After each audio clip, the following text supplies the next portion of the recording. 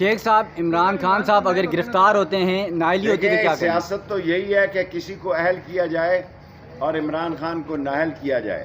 سیاست کی مین چند لوگوں کی خواہش ہے، یہ اداروں کی خواہش نہیں ہے، یہ چند لوگوں کی خواہش ہے، اور اس میں یہ ناکام ہو گئے۔ 13 پارٹیاں اور بعض اور لوگ جو ہیں وہ عمران خان کو دیوار سے لگانا چاہتے ہیں۔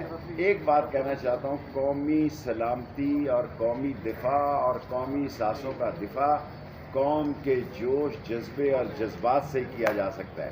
کوئی شخص اداروں سے بڑا نہیں ہے اور کوئی ادارہ پاکستان سے بڑا نہیں۔ غریب آدمی کے لیے تو یہ عذاب ہے، ادھر سیلاب ہے، ادھر عذاب ہے۔ جن جگہ سیلاب نہیں آیا ہوا وہاں شہباز شریف کا عذاب آیا ہوا ہے۔ آٹے کا بھاؤ دیکھ لیں، دوسرا دیکھ لو۔